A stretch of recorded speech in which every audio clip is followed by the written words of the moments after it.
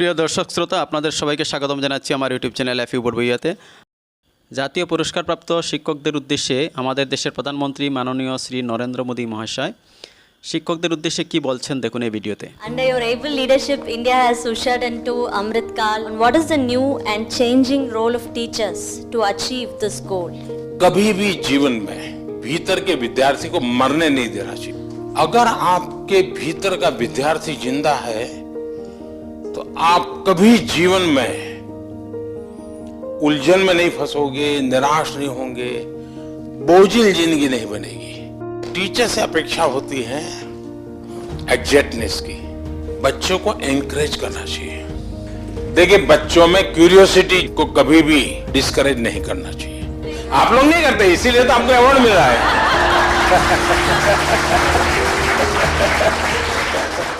देश भर के आए मेरे सब शिक्षक साथियों, और आपके माध्यम से एक प्रकार से मैं आज देश के सभी शिक्षकों से भी बात कर रहा हूं। देश आज भारत के पूर्व राष्ट्रपति और शिक्षाविद डॉक्टर राधाकृष्णन जी को उनके जन्म दिवस पर आदरांजलि दे रहा है। और ये हमारा सौभाग्य है कि हमारे वर्तमान राष्ट्रपति भी टीचर हैं। उनका जीवन का प्रारंभिक काल उन्होंने एक शिक्षक के रूप में काम किया, और वो भी दूर सुदूर उड़ीसा के इंटीरियर इलाके में, और वहीं से उनकी जिंदगी अनेक प्रकार से हमारे लिए ये सुभग संयोग है। और ऐसे टीचर राष्ट्रपति के हाथ से आपका सम्मान हुआ है तो ये और आपके लिए गर्व की बात है। देखिए, आज जब देश आजादी के अमृतकाल के अपने विराट सपनों को साकार करने में जुट चुका है, तब शिक्षा के क्षेत्र में राधाकृष्णन जी के प्रयास हम सभी को प्रेरित करते हैं। इस अवसर पर मैं राष्ट्रीय पुरस्कार प्राप्त आप सभी शिक्षकों को, राज्यों में भी इस प्रकार के पुरस्कार दिए जाते हैं, उन सबको भी मैं बहुत बहुत बधाई देता हूं। साथियों, अभी मेरी अनेक शिक्षकों से बातचीत करने का मौका मिला। सब अलग अलग भाषा बोलने वाले हैं, अलग अलग प्रयोग करने वाले लोग हैं। भाषा को अलग होगी, क्षेत्र अलग होगा, समस्याएं अलग होगी, लेकिन ये भी है कि इनके बीच में आप कितने ही क्यों न हो, आप सबके बीच में एक समानता है, और वो है आपका कर्म, आपका विद्यार्थियों के प्रति समर्पण।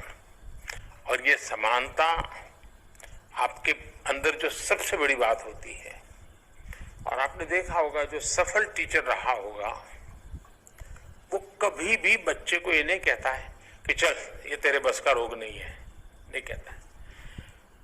टीचर की सबसे बड़ी जो स्ट्रेंथ होती है वो पॉजिटिविटी होती है, सकारात्मकता।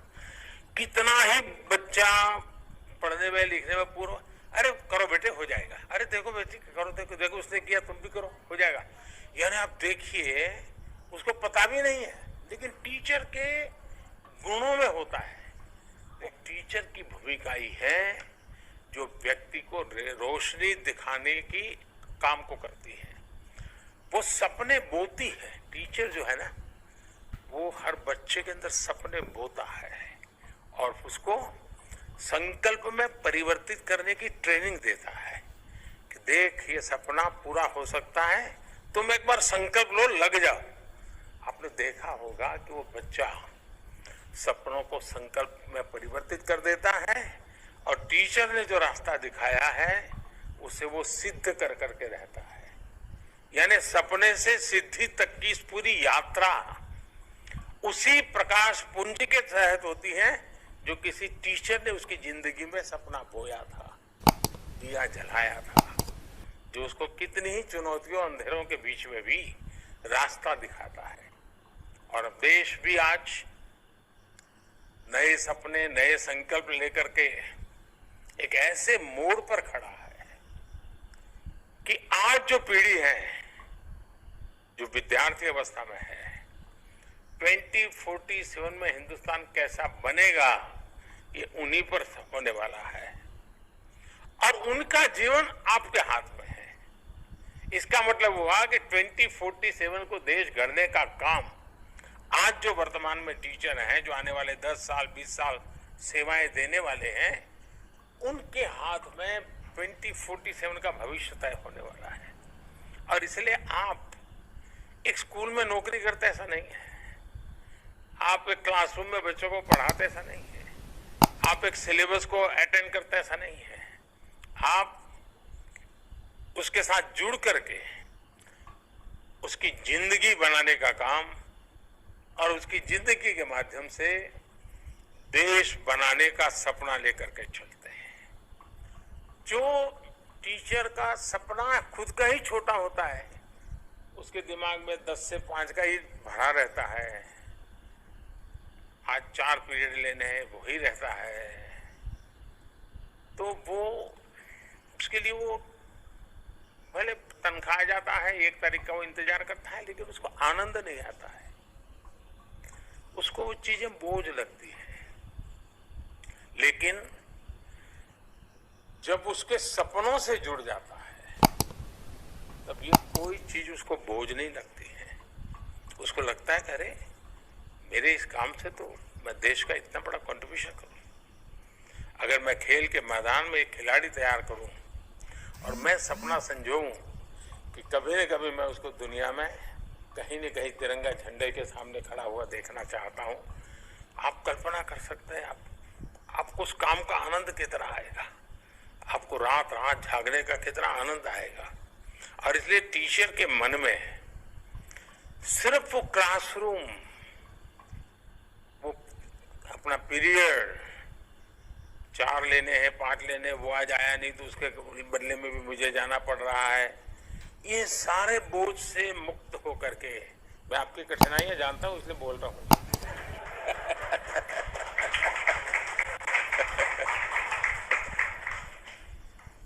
तो उससे बोझ से मुक्त होकर के अगर हम इन बच्चों के साथ उनकी जिंदगी के साथ जुड़ जाते हैं। दूसरा, अल्टीमेटली हमें बच्चे को पढ़ाना तो है ही है, ज्ञान तो देना है, लेकिन हमें उसका जीवन बनाना है। देखिए, आइसोलेशन में और साइलोज में जीवन नहीं बनते हैं। क्लासरूम में वो एक देख ले, स्कूल परिसर में कुछ और देखें, घर परिवेश में कुछ और देखें, तो बच्चा कॉन्फ्लिक्ट और कॉन्ट्रडिक्शन में फंस जाता है। उसको लगता है माँ तो ये कह रही थी, टीचर तो ये कह रहे थे, और क्लास में बाकी जो लोग थे वो तो ऐसा बोल रहे थे। उस बच्चे को दुविधा की जिंदगी से बाहर निकालना है हमारा काम है। लेकिन उसका कोई इंजेक्शन नहीं होता है कि चलो आज ये इंजेक्शन ले लो तुम दुविधा से बाहर, टीका लगा दो दुविधा से बाहर, ऐसा तो नहीं है। और इसके लिए टीचर के लिए बहुत जरूरी है कोई इंटीग्रेटेड अप्रोच हो उसका। कितने टीचर हैं जो स्टूडेंट्स के परिवार को जानते हैं, कभी परिवार को मिले हैं, कभी उनसे पूछा कि भाई घर आके क्या करता है, कैसा करता है, आपको क्या लगता है, और कभी ये बताया कि देखिए भाई मेरे क्लास में आपका बच्चा आता है, इसमें ये बहुत बढ़िया ताकत है जी, आप थोड़ा इसको घर में भी जरा देखिए, बहुत आगे निकल जाएगा। मैं तो हुई हूँ टीचर के नाते मैं कोई कमी नहीं रखूं, लेकिन आप थोड़ी मेरी मदद कीजिए। तो उन घर के लोगों के अंदर भी एक सपना बो करके आप आ जाते हैं और वो आपके सहयात्री बन जाते हैं। फिर घर भी अपने आप में एक पाठशाला संस्कार की बन जाती है। जो सपने आप क्लासरूम में बोते हैं, वो सपने उस घर के अंदर फुलवाड़ी बन करके पुलकित होने की शुरुआत कर देते हैं। और इसलिए क्या हमारी कोशिश है क्या? और आपने देखा होगा एक आध स्टूडेंट आपको बड़ा ही परेशान करने वाला दिखता है, ऐसा ही है, समय खराब कर देता है, क्लास में आते ही पहली नजर वहीं जाती है, तो आधा दिमाग वहीं खराब हो जाता है टीचर।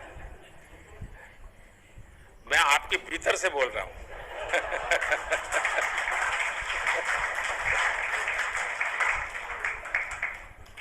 और वो भी वैसा होता है कि पहली बेंच पे ही बैठेगा। उसको भी लगता है कि ये टीचर मुझे पसंद नहीं करते हैं, तो पहले सामने आएगा वो। और आपका आधा समय वही खा जाता है।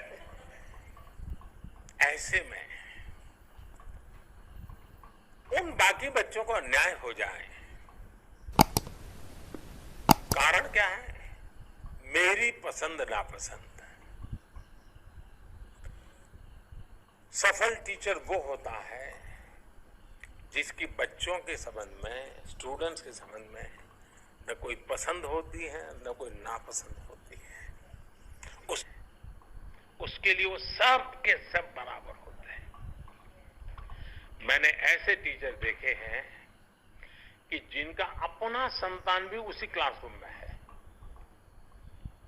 लेकिन वे टीचर क्लासरूम में खुद के संतान को भी वही ट्रीटमेंट देते हैं जो सब स्टूडेंट्स को देते हैं। अगर 4 लोगों को पूछना है, उसकी बारी आई तो उसको पूछते हैं। स्पेशली उसको कभी नहीं कहते कि तुम ये बताओ, तुम ये करो, कभी नहीं, क्योंकि उनको मालूम है कि उसको एक अच्छे माँ की जरूरत है, अच्छे पिता की जरूरत है, लेकिन अच्छे टीचर की भी जरूरत है। तो वो भी कोशिश करते हैं कि घर में मैं माँ बाप का रोल पूरा करूंगा, लेकिन क्लास में तो मुझे उसको टीचर स्टूडेंट का ही मेरा नाता रहना चाहिए, वो घर वाला रिश्ता यहाँ आना नहीं चाहिए। ये टीचर का बहुत बड़ा त्याग होता है, तब संभव होता है जी। ये अपने आप को संभाल करके इस प्रकार से काम करना, ये तब संभव होता है। और इसलिए हमारी जो शिक्षा व्यवस्था है, भारत की जो परंपरा रही है, वो किताबों तक सीमित कभी नहीं रही है, कभी नहीं रही है। वो तो एक प्रकार से एक सहारा है, सहारा है हमारे लिए। हम बहुत सी चीजों, और आज टेक्नोलॉजी के कारण ये बहुत संभव हुआ है। और मैं देख रहा हूं कि टेक्नोलॉजी के कारण बहुत बड़ी मात्रा में हमारे गांव के टीचर भी, जो स्वयं टेक्नोलॉजी का उनका पढ़ाई नहीं हुई है, लेकिन करते करते वो सीख गए। और उन्होंने फिर सोचा कि भाई, क्योंकि उसके दिमाग में स्टूडेंट भरा पड़ा है, उसके दिमाग में सिलेबस भरा पड़ा है, तो वो चीजें प्रोडक्ट तैयार करता है जो उस बच्चे के काम आती है। यहाँ सरकार में बैठे हुए लोगों के दिमाग में क्या रहता है? आंकड़े रहते हैं कि भाई कितने टीचर भर्ती करना बाकी है, कितने स्टूडेंट का ड्रॉप आउट हो गया, बच्चियों का एनरोलमेंट हुआ कि नहीं हुआ, उनके दिमाग में भी रहता है। लेकिन टीचर के दिमाग में उसकी जिंदगी रहती है। बहुत बड़ा फर्क होता है। और इसलिए अगर टीचर इन सारी जिम्मेवारियों को ढंग से उठा लेता है, अब हमारी जो राष्ट्रीय शिक्षा नीति आई है, इसकी इतनी तारीफ हो रही है जी, इतनी तारीफ हो रही है। क्यों हो रही है? उसमें कुछ कमियां नहीं होगी ऐसा तो मैंने दावा नहीं कर सकता हूं, कोई नहीं दावा कर सकता है। लेकिन जो लोगों के मन में पड़ा था, उनको लगा यार ये कुछ रास्ता दिख रहा है, ये कुछ सही दिशा में जा रहे हैं, चलिए उस रास्ते पर हम चलते हैं।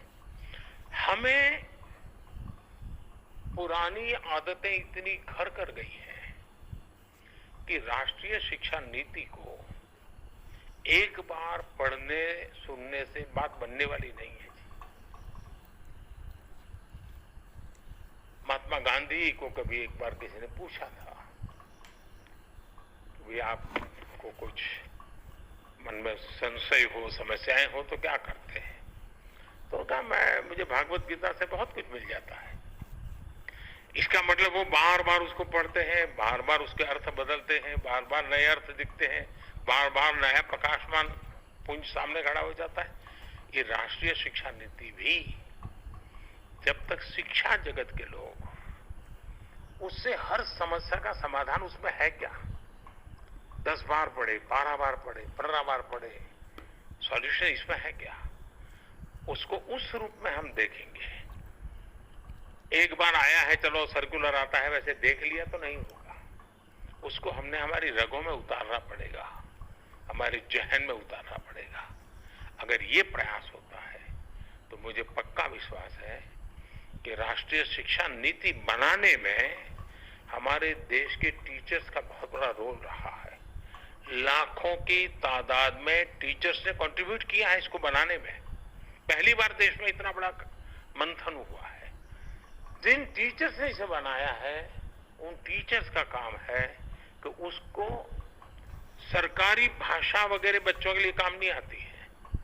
आपको माध्यम होना होगा कि सरकारी ये जो डॉक्यूमेंट है वो उनके जीवन का आधार कैसे बने। मुझे उसको ट्रांसलेट करना है, मुझे उसको फुल स्टॉप कॉमा के साथ पकड़ते हुए भी उसको सहज सरल रूप में उसको समझाना है। और मैं मानता हूं कि जैसे कुछ नाट्य प्रयोग होते हैं, कुछ ऐसे राइटिंग होता है, कुछ वक्तृत्व स्पर्धाएं होती हैं, बच्चों को राष्ट्रीय शिक्षा नीति पर चर्चाएं करनी चाहिए, क्योंकि टीचर उनको तैयार करेगा। जब वो बोलेंगे तो एक आध चीज नई आपको भी उभर करके आएगी। तो ये एक प्रयास करना चाहिए। आपको मालूम है कि अभी मैंने 15 अगस्त को आजादी के 75 साल का ये मेरा भाषण था, तो उसका एक अपना अलग मेरा मिजाज भी था। तो मैंने 2047 को ध्यान में रख करके बातें की और उसमें मैंने आग्रह किया कि पंच प्राण की चर्चा की। क्या उन पंच प्राण हमारे क्लासरूम में इसकी चर्चा हो सकती है क्या? असेंबली जब होती है, चलिए भाई आज फलाना विद्यार्थी और फलाना टीचर पहले प्राण पर बोलेंगे, मंगल को दूसरे प्राण पर, बुधवार को तीसरे प्राण पर, शुक्रवार को 5वें प्राण पर, फिर अगले सप्ताह फिर पहले प्राण पर ये टीचर यानी साल भर। उसका अर्थ क्या है? हमें क्या करना है? ये पंच प्राण हमारा भी तो प्राण तत्व होना चाहिए, हर नागरिक का होना चाहिए। इस प्रकार से अगर हम कर सकते हैं तो मैं समझता हूं उसकी सराहना हो रही है। सब लोग कह रहे हैं हाँ ये 5 प्राण ऐसे हैं कि हमारे आगे जाने का रास्ता बना देते हैं। तो ये 5 प्राण उन बच्चों तक कैसे पहुंचे, उनके जीवन में कैसे आए, इसको जोड़ने का काम कैसे करेंगे।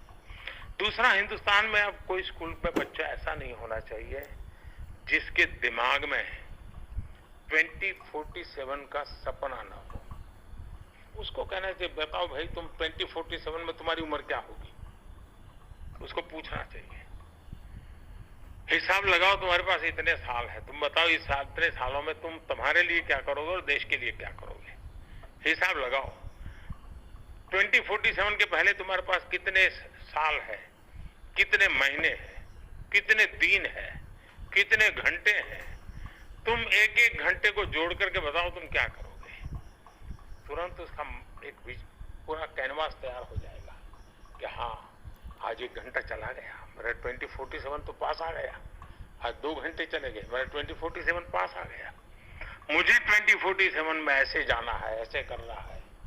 अगर ये भाव हम बच्चों के मन मंदिर में भर देते हैं, एक नई ऊर्जा के साथ, एक नई उमंग के साथ, वो बच्चे लग जाएंगे।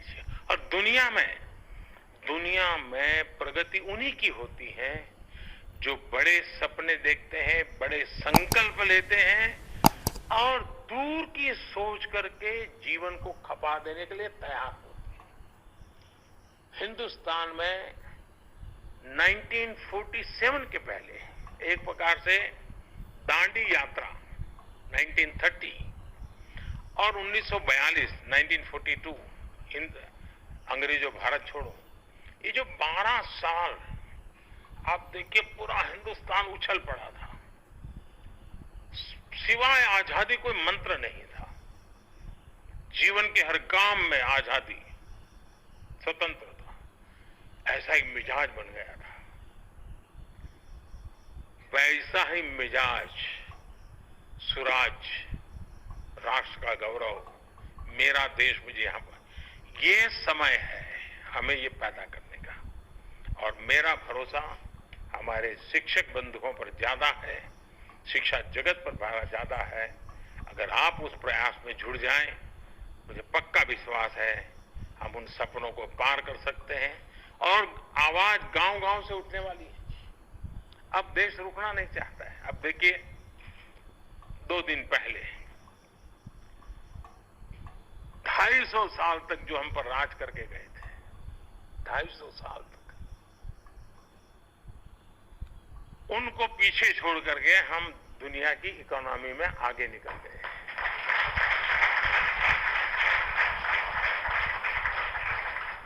छह नंबर से 5 नंबर पर आने का जो आनंद होता है, उससे ज्यादा आनंद इसमें हुआ। क्यों? 6 से 5 होते तो होता थोड़ा आनंद, लेकिन ये 5 स्पेशल है क्योंकि हमने उनको पीछे छोड़ा है। हमारे दिमाग में वो भाव बढ़ा है, वो तिरंगे वाला 15 अगस्त का। 15 अगस्त के तिरंगे का जो आंदोलन था, उसके प्रकाश में 5वां नंबर आया है और इसलिए उसके अंदर वो जिद भर गई है कि देखा मेरा तिरंगा और फहरा रहा है।